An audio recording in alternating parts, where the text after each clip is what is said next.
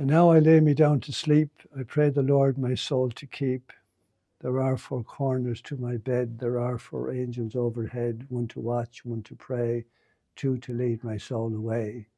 Matthew, Mark, Luke, and John, bless the bed that I lay on. The prayer you just heard from me for the 50th time is it goes back to the 1600s, as far as I know. And I didn't discover it all at the one time. There was, as I was growing up in rural Ireland, I used to hear my mother say, Matthew, Mark, Luke, and John, bless the bed that I lay on. That's as much as she knew, which is very interesting. So it kind of fell into disrepair down through the centuries. But having discovered the original, and now I lay me down to sleep, I pray the Lord my soul to keep. There are four corners to my bed. There are four angels overhead, one to watch, one to pray, two to lead my soul away. Matthew, Mark, Luke, and John, bless the bed that I lay on.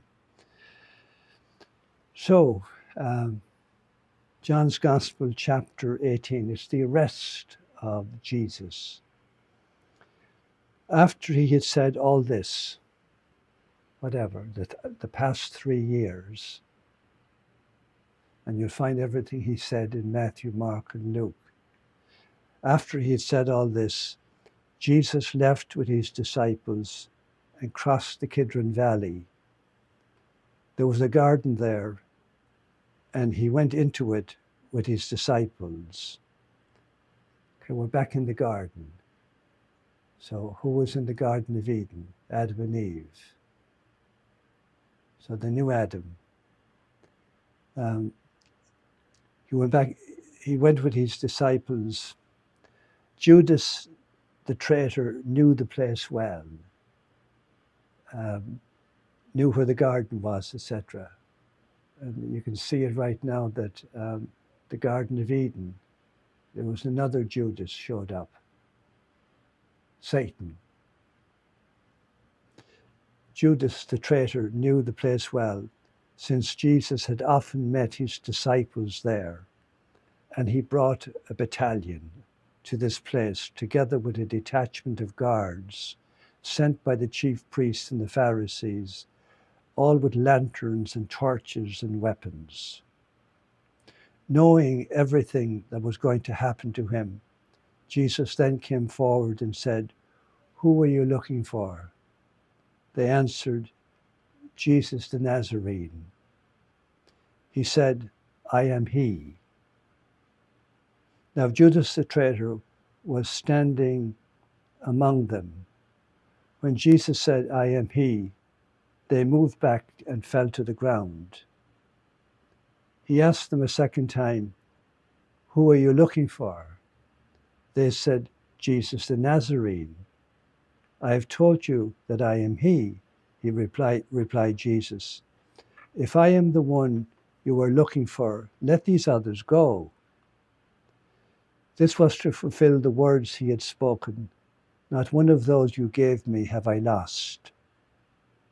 Simon Peter, who carried a sword, drew it and wounded the high priest's servant, cutting off his ear. The servant's name was Malchus. Jesus said to Peter, "Put your sword back in its scabbard. Am I not to drink the cup that the Father gave me to drink?" Now, what's fascinating about all of this here is John completely skips over and doesn't even mention what Matthew, Mark, and Luke said about the garden experience. So putting it back in context, earlier that night, Jesus was at table with the 12. And then Judas went off someplace into the night. It was night. And during the course of that meal that we're having, their Passover meal of some kind, Jesus took bread, broke the bread, gave it to them, and said, "Take this, all of you, and eat it, for this is my body." What are we looking at here? That a piece of flat bread with no yeast in it in the hands of Jesus, and he said, "This is my body." He's giving his body to us. In a couple of hours, he will give his body for us on the cross. Father, into your hands I commend my spirit. So, and when they had done that, and he took the cup of wine, the marriage cup, take this, all of you, and drink from it. This is the cup of my blood, the blood of the new covenant, the new marriage. You ever think of the Mass as a marriage proposal? That's what he's doing. And you know, and shortly he will go to prepare a place for us in his Father's house, because he'll be dead and gone to his Father's house. So when the supper was over, they got up, and it was nighttime, and they crossed over the Kidron Valley, and they were praying part of the Psalms as they walked along. And he came to a garden called Gethsemane, and the word Gethsemane means olive crush. So he's going to be crushed in this garden. And he takes 3 of the apostles with him, Peter, James, and John, the same 3 that he had brought up onto the mountain of the Transfiguration the week before, where they saw Moses and Elijah. And he said to the 3, "Stay awake with me. My soul is in agony. Stay awake with me, lest you be put to the test." And he went forward a little bit and fell to his knees in prayer. And, "Father, if it be possible, let this chalice, the chalice of suffering, the chalice of the crucifixion, pass away from me. But not my will, but thine be done." And he was so anxious that the sweat came from his head and body like great drops of blood. And he got up and went back to the apostles and found them asleep. "Could you not stay awake with me, even for an hour?" They were probably so anxious, Peter, James, and John, because he had told them often enough that he had to be crucified. And now I suppose they were watching the signs of what was happening all around them, that this was it. It was going to be now or something. I don't know. So anyway, he leaves them a second time. And again, "Father, if it be possible, let this chalice pass away from me." And of course, the chalice is the crucifixion. He has to be killed, so that by dying, he destroyed our death. It was the first time in his life he looked for human companionship. "Stay awake with me." And they failed him so completely. Went back the 3rd time and again found them asleep.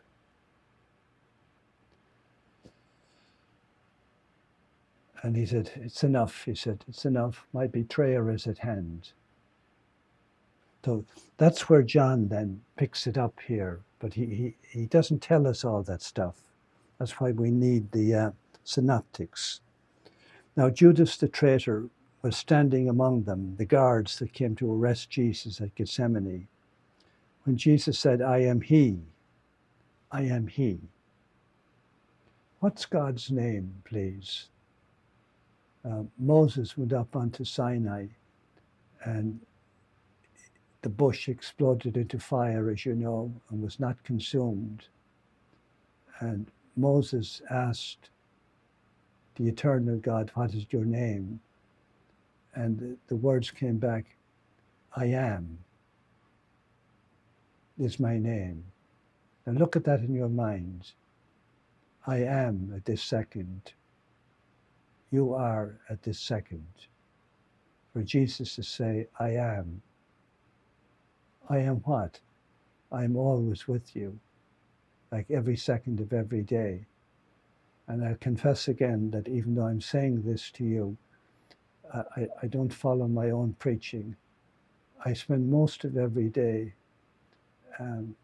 unmindful of the truth that the I am is with me and I am in his presence. It's one of those great mysteries. And you'll find Jesus using the I am word 40 different times. So the I am who spoke to Moses at the burning bush is now standing in front of the 12 as a man. I am the way, the truth, and the life. I am the good shepherd. I am the bread of life. The I am. So they were looking for Jesus of Nazareth. He said, I am he. They moved back and fell to the ground. He asked them a second time, who are you looking for? They said, Jesus the Nazarene. I have told you that I am he. And I'm telling you, Jesus is saying to us, I am. And again, I'm not being rude here, but you'll spend the rest of the day completely unmindful of the truth that the I am. You are in the presence of the I am. And maybe tonight, because you're habit-wise, you might kneel down by your bed and say a prayer. Jesus the Nazarene, I've told you that I am he. Jesus replied, Jesus, if I am the one you are looking for, let these others go. This was to fulfill the words he had spoken. Not one of those you gave me have I lost. Simon Peter, who carried a sword, drew it and wounded the high priest's servant, cutting off his right ear. Must have been an eyewitness. His right ear that's recording this. The servant's name was Malchus. Jesus said to Peter, put your sword back in its scabbard. Am I not to drink the cup that the Father has given me to drink? That enough for one day? The last video I did was so long. So what I'm encouraging you to look at, you hear Jesus telling us 3 times, I am. Just those words, I am. And it never changes, Like if you ask him his name 10 years from now, and he says, what is your name? He'll say, I am. God is the I am. And in God, we live and move and are and have our being. Now, I don't understand my own behavior, truthfully. Like I hear these things coming out of my mouth, like I am, and I know what it means, that the eternal Trinity is present with me at this second. He is the I am, not the I was, or not the I will be, the I am. And if I didn't have you on the video at this moment, keeping me focused, I would completely forget that I'm in the presence of the I am. I am the way to the Father. I am the truth about the Father. I am the life of God, the Father, in your soul. Amen.